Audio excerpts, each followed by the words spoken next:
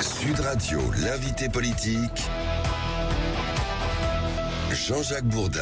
Notre invité ce matin, Aurore Bergé, qui est ministre déléguée chargée de l'égalité entre les femmes et les hommes et chargée de la lutte contre les discriminations.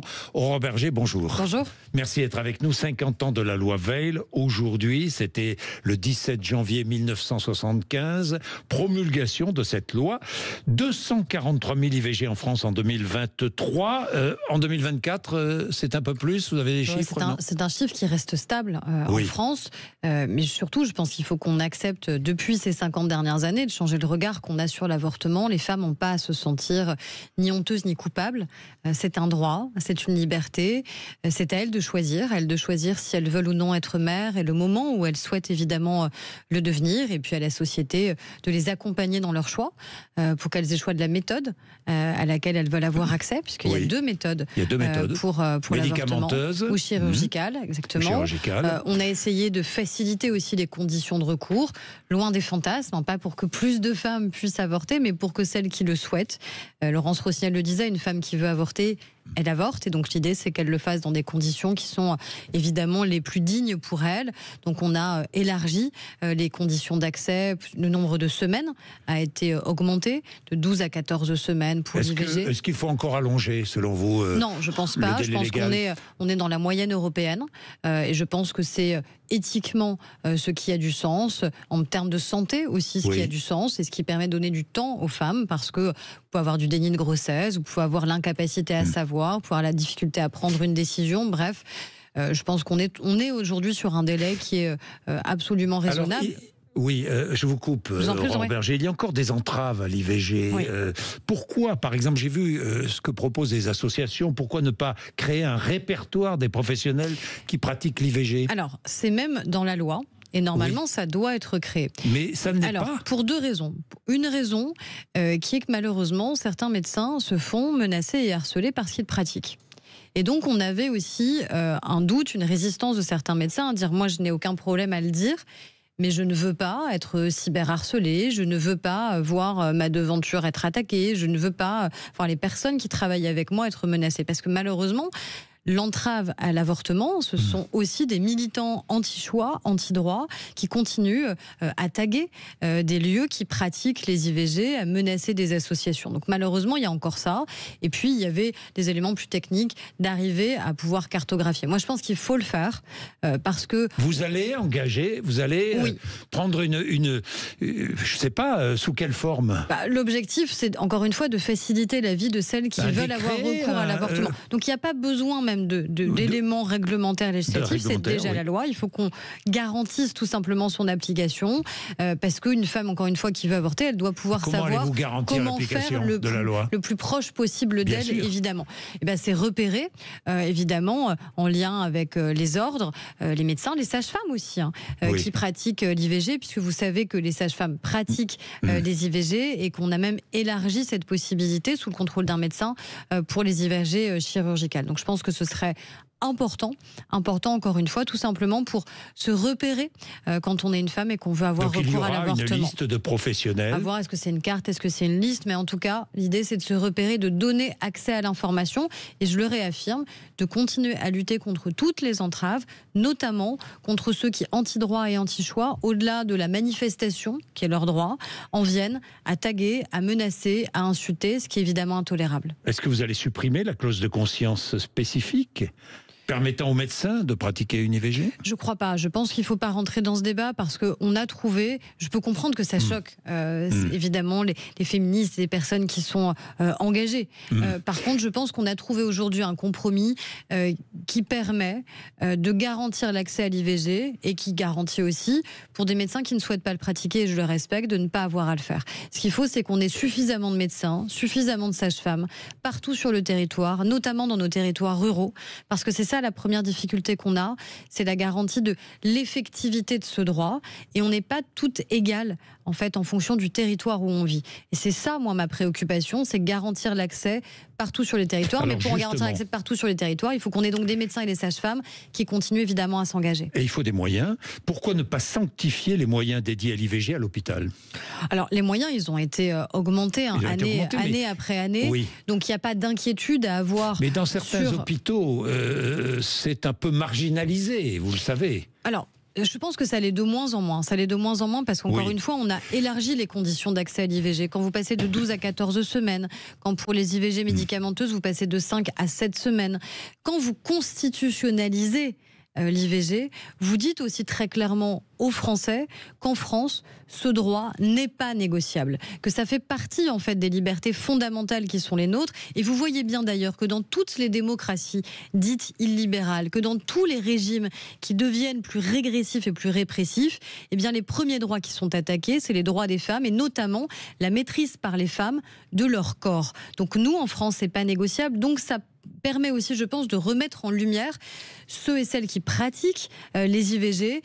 Et je crois que ça, c'était aussi extrêmement important dans la pratique à l'hôpital. Alors, Aurore Berger, Laurence Rossignol, que vous avez écouté, qui était mon invitée tout à l'heure à 7h40, sénatrice socialiste, avec plusieurs personnalités, appelle à la réhabilitation des femmes injustement condamnées pour avoir avorté avant la fameuse loi Veil. Laurence Rossignol a déposé une proposition de loi reconnaissant et réparant les préjudices subis. Est-ce que vous soutenez cette proposition de loi? Oui, parce que je crois que c'est une démarche symbolique qui est extrêmement importante et de réparation. Quand on se replonge plus de 50 ans en arrière, on se replonge dans des souffrances qui étaient épouvantables parce que avoir accès à l'IVG, c'était la clandestinité, c'était le secret, c'était la honte, c'était s'exposer à la mort, c'était s'exposer à de la prison. Les femmes qui ont eu accès à l'IVG dans ces conditions expliquent les conditions absolument sordides dans lesquelles elles étaient, les policiers qui les attendaient. Se cacher.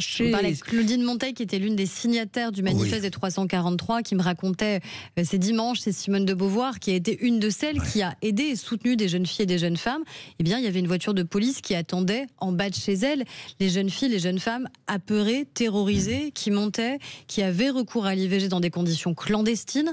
Et je pense que ça a un effet de réparation parce que la société a mis du temps à sortir d'une forme de barbarie qui faisait que les femmes, encore une fois, n'avaient pas la maîtrise de leur choix, de leur liberté, de leur corps, et qu'encore une fois, au-delà de la clandestinité, c'était des souffrances physiques et des séquelles physiques, parfois pour toute une vie. Et oui, et puis elles mettaient leur vie en danger. Hein. Je regardais, j'écoutais le témoignage de Christiane Taubira, qui a failli mourir après être passée entre les mains, entre guillemets, d'une faiseuse d'anges.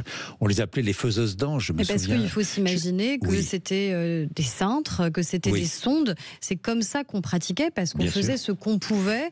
Et on a eu aussi des médecins, il faut le dire, très courageux, qui risquaient la prison, des infirmières, des sages-femmes, qui ont aidé, qui ont accompagné, qui ont tenu la main, qui ont pratiqué auprès de ces jeunes filles, de ces jeunes femmes, de ces femmes aussi, parce que parfois c'était des femmes qui avaient déjà eu des enfants et qui se disaient, en fait, moi je sais pas, en fait, nourrir une bouche supplémentaire. Donc il y a tellement de cas différents de recours à l'avortement. Et oui, je crois que c'est symboliquement une réparation que l'on doit à ces femmes. Bien, Aurore Berger, vous défendez évidemment l'égalité homme-femme. Mark Zuckerberg a fait des déclarations qui vous ont peut-être... Justement, il veut reviriliser Internet. Les réseaux sociaux de Meta, Facebook, Instagram autorisent les internautes à qualifier les femmes d'objets et les homosexuels et personnes transgenres de malades mentaux. Il défend l'énergie masculine et les bienfaits de l'agressivité. Il met fin à sa politique de diversité, d'équité et d'inclusion dans son recrutement. Que lui répondez-vous ?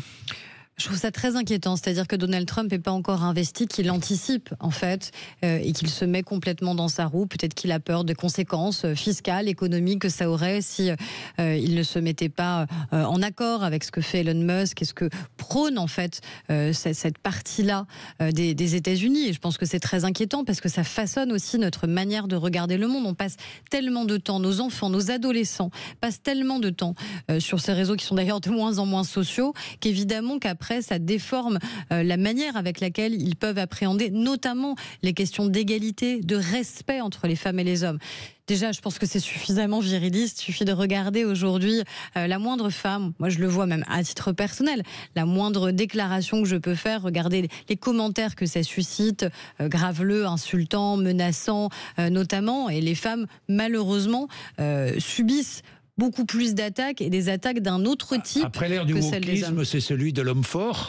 Je pense qu'il faut tomber ni dans l'un ni dans l'autre en fait, parce que les excès sont toujours condamnables et sont toujours des dérives très dangereuses. Moi je suis pour la République et la République c'est d'abord l'égalité et je pense que c'est ça qu'il faut qu'on continue à promouvoir. Donc c'est pas le wokisme qui est une défiance vis-à-vis de nos valeurs républicaines et vis-à-vis de la laïcité en particulier, mais c'est pas non plus le virilisme dont je sais pas très bien ce que ça veut dire comme valeur, parce que c'est contraire à notre doxa d'égalité. Le danger, c'est que ces nouvelles directives de Meta ou autre, ou X, entreraient peut-être en vigueur en Europe, c'est ça le danger. Oui, mais l'Europe les États rechignent. Oui, mais les États rechignent à réglementer les plateformes. Pas le continent européen. On est le continent qui est le plus régulé. On nous le reproche parfois d'ailleurs. On nous dit qu'il y a un excès de régulation. Sauf que cette régulation... Les États-Unis inventent, les Chinois produisent et les Européens régulent. Je pense qu'on produit aussi, qu'on innove aussi, qu'on crée aussi, mais qu'on a aussi raison de réguler parce que ces plateformes ne peuvent pas elles-mêmes dicter leurs lois.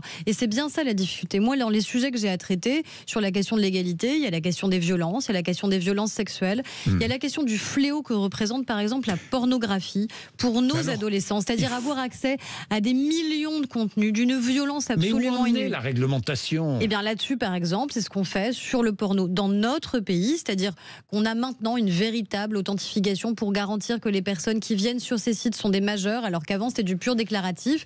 Nos ados sont pas complètement idiots. Étonnamment, ils disaient pas qu'ils avaient 15 ans, ils disaient plutôt qu'ils en avaient 18. Oui, on les laisse pas aller acheter le pain tout seul de l'autre côté de la rue, mais on les laisse libres d'avoir un smartphone, de pas contrôler ce qu'ils ont sur leur smartphone et de pas contrôler ce à quoi ils ont accès. Et c'est essentiel, pas dans une logique de défiance, mais dans une logique de protection, encore une fois, de nos enfants, de nos adolescents. Parce que quand vous commencez votre jeune adolescence à 11 ans, 12 ans, 13 ans, avec ce flot de contenu, d'images que vous savez pas décoder, sur lesquels vous avez aucun recul et qui ne représentent en rien des relations réelles entre hommes et femmes, en tout cas pas celles qu'on espère, pas celles qui sont basées sur le respect, évidemment que ça a un impact. Et donc ces plateformes, malheureusement, elles ont un impact majeur sur la manière avec laquelle notre monde est façonné. Et oui, évidemment, je suis inquiète. Et oui, il faut que nous, on résiste à la fois sur de la régulation qu'on peut avoir et puis aussi d'un point de vue économique. Alors justement, puisque vous parliez de plateforme, puisque vous parliez d'audiovisuel, vous avez suivi l'affaire de cette jeune femme, Anne, escroquée de 830 000 euros après avoir été... volé, je dis bien volé, abusé, c'est un abus. Mais est-ce que les médias n'ont pas une responsabilité ? Là, si, parce que je pense qu'on jette en pâture une jeune femme qui est forcément vulnérable. Et ce que je trouve détestable, c'est la vague de cyberharcèlement qu'elle a subi. On peut avoir un avis, mais est-ce que menacer, insulter une femme, c'est des milliers de commentaires tout d'un coup. Vous imaginez quand vous n'avez jamais été exposé, mais n'a-t-elle pas été jetée en pâture ? En tout cas, je pense qu'il y a une responsabilité parce que moi, quand je viens sur votre plateau, je suis, disons, plus habituée au fait de m'exposer. Je suis plus habituée au fait que ça peut générer de la critique, même si je regrette qu'au-delà de la critique, ça puisse générer de la violence et des insultes, parce que je pense que c'est un autre registre. Mais quelqu'un qui n'avait jamais été exposé de sa vie, forcément, oui, il y a une forme de responsabilité parce qu'il savait, je pense, les flots de commentaires que ça pouvait générer. Mais les principaux responsables sont d'abord ceux qui insultent, évidemment, qui menacent, qui créent du cyberharcèlement. Je ne sais pas si elle souhaitera porter plainte, mais elle a le droit de porter plainte.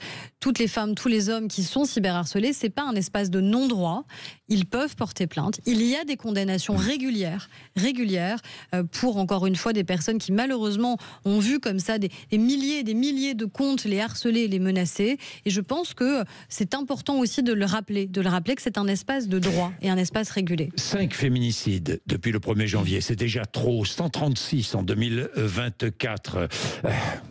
Que faire? Que faire? Je sais que vous vous battez, mais que faire? Déjà, on se bat évidemment parce que c'est d'abord la responsabilité de l'État, mais c'est aussi une responsabilité collective qu'on doit avoir.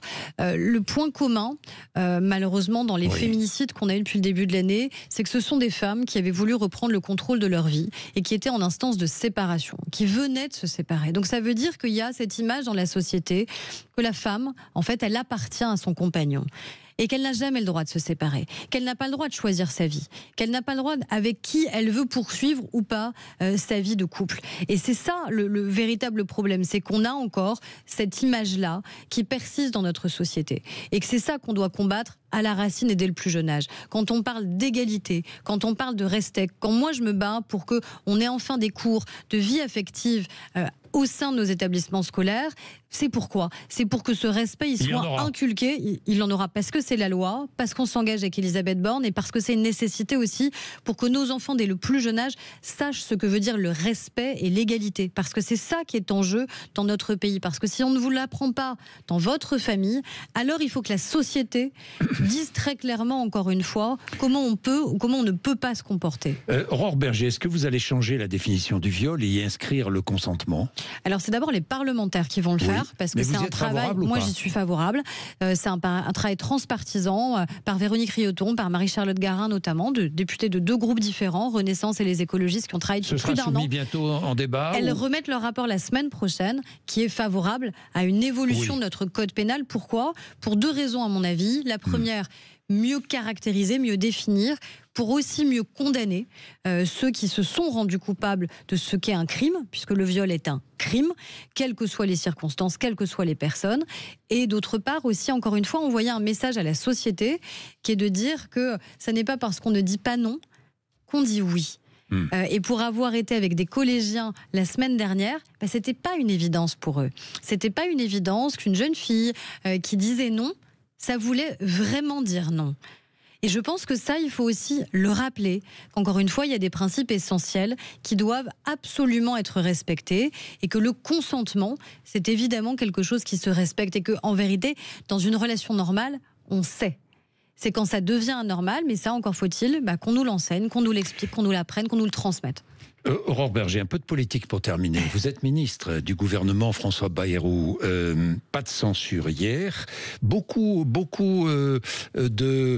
de promesses qui ont disparu du gouvernement Barnier et beaucoup de réponses apportées aux socialistes. Je résume, pas de gel des pensions de retraite, pas d'augmentation des taxes sur l'électricité, pas de déremboursement des consultations chez le médecin, pas de passage d'1 à 3 jours de carence, pas de suppression de 4000 postes d'enseignants, 12 000 postes de soignants hospitaliers maintenus, pas de baisse du budget consacré au DOM-TOM, enfin, etc.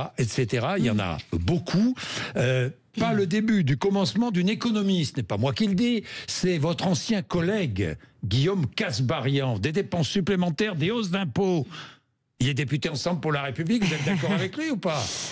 Je pense que c'est une vision un petit peu parcellaire. Vous savez, quand Michel Barnier a présenté son budget, beaucoup lui sont tombés dessus en disant mais c'est quoi ce budget qui propose des hausses d'impôts et quand François Bayrou présente une esquisse de budget, puisqu'il n'a pas encore été engagé dans le débat, en tout cas à l'Assemblée nationale, on dit en fait c'est de la dépense supplémentaire. C'est heureusement plus complexe que ça. Ça s'appelle un compromis. Ça veut dire qu'on n'est pas en majorité absolue. Ça veut dire qu'un budget qui demain serait à nouveau censuré, ça aurait un coût terrible pour notre pays. Ça suppose de la responsabilité de la part des partis politiques. Mais où sont les économies ? Notamment de la part du Parti socialiste. Les budgets seront en baisse. Beaucoup de budgets vont être en baisse. Et ça a d'ailleurs été annoncé. Vous savez, dès qu'un budget est en baisse, ça crée des remous. Je lisais ce matin que, comme le budget des sports baisse de près de 400 millions d'euros, là, tout de suite, on a immédiatement hurlé sur comment est-ce que c'est possible qu'un budget baisse. Donc, vous voyez bien d'ailleurs que systématiquement, on nous demande des économies, mais dès qu'il y a des baisses qui sont réalisées, pour l'instant, c'est pas prévu. Moi, c'est plus modeste que ça. Mais au-delà de mon budget, moi, ce qui m'importe, c'est le budget sur la question de la santé des femmes, sur la justice pour les femmes et sur le logement pour les femmes. Il va bien falloir trouver des recettes. Il va bien falloir trouver des économies. Il y a évidemment, c'est les deux questions et les recettes, mais on a toujours dit qu'on n'alourdirait pas l'impôt des Français. Donc on garde uniquement les propositions qui avaient été faites par Michel Barnier sur les très hauts patrimoine. Oui. Donc je pense que ça, c'est quelque chose qui crée plutôt du consensus dans la société, de dire qu'on participe à cet effort collectif, d'autant plus qu'on peut le faire. Et on parle vraiment des très hauts patrimoines. Je pense qu'il ne faut pas aller au-delà, parce qu'on a plutôt, depuis 7 ans, permis la baisse des impôts, que ce soit la taxe d'habitation, que ce soit les premières tranches d'impôt sur le revenu. Et il faut continuer dans cette dynamique-là.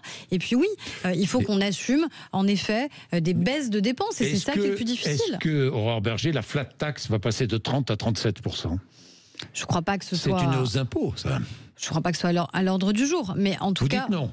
En tout cas, moi, je ne suis pas favorable à des hausses d'impôts. Vous êtes opposé à cette augmentation de la flat tax? Moi, ce que je vous dis, c'est que déjà, on n'a même pas engagé les débats. Pour l'instant, on a un débat qui se poursuit au Sénat sur la base de la copie précédente. J'ai entendu les uns et les autres. J'ai lu.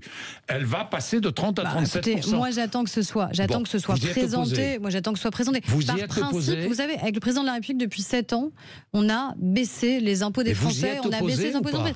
Moi, je pense qu'il faut se prémunir de toute hausse d'impôts, sauf celle qui était prévue, encore une fois. Donc vous êtes contre cette augmentation? Je sais ce que vous voulez me faire dire. Moi, mais je ne veux pas faire dire ce que vous pensez, je vais vous faire dire. Sur la question des impôts et de la fiscalité, je sais bien, sur la question des impôts et de la fiscalité, je souhaite qu'on garde la copie qui était celle de Michel Barnier, qui était vraiment une taxation exceptionnelle et qui était extrêmement ciblée. Donc on ne touche pas à la flat tax. Donc je pense qu'il ne faut pas aller au-delà, et je pense surtout que oui, il faut qu'on arrive à s'engager sur de la baisse de dépenses. Sur la question des fonctionnaires, vous avez mentionné le jour de carence, ce qui est très important, c'est qu'on a assumé une baisse du taux d'indemnisation aussi sur les jours d'arrêt maladie, ce qui, à mon avis, est une mesure d'égalité entre la fonction publique et le secteur privé, et qui aussi va générer beaucoup d'économies pour l'État. Bien, j'ai une dernière question qui concerne Boualem-Sansal. Oui. Aurore Berger, qui aurait été, on ne le sait pas, mais je ne sais pas si vous avez des informations, réincarcéré. Le régime algérien l'aurait sorti de la prison hôpital où il était enfermé. Je ne sais pas si vous avez des informations. Bon, moi non plus, mais j'ai lu ça. Je ne sais pas si c'est vrai et j'aimerais avoir les informations, mais il souffre d'un cancer. Ouais. Combien de temps l'État français va-t-il le laisser mourir en Algérie? C'est pas l'État français qui laisse mourir en Algérie, c'est l'État algérien qui l'a incarcéré, qui l'a emprisonné parce qu'il exerçait tout simplement sa liberté d'écrivain et de penseur. Et vous voyez bien, nous, le combat diplomatique que nous menons et que le président de la République mène pied à pied vis-à-vis de l'Algérie pour garantir évidemment sa libération. Je crois qu'il n'y a aucun doute sur la position de la France, sur la volonté qui est la nôtre, évidemment, qu'il puisse être remis en liberté, parce que c'est ce qui doit être fait, parce que c'est ce qui est juste, non pas juste au regard de son état de santé, mais au regard de ce qu'il représente, de ce qu'il est, de ce qu'il pense, de ce qu'il dit, de ce qu'il écrit. Et c'est ça qui devrait justifier qu'il soit remis en liberté. Et c'est ça, malheureusement, aujourd'hui, qui, pour le régime algérien, justifie qu'il soit emprisonné dans des conditions indignes. La France se bat. Ah mais bien sûr.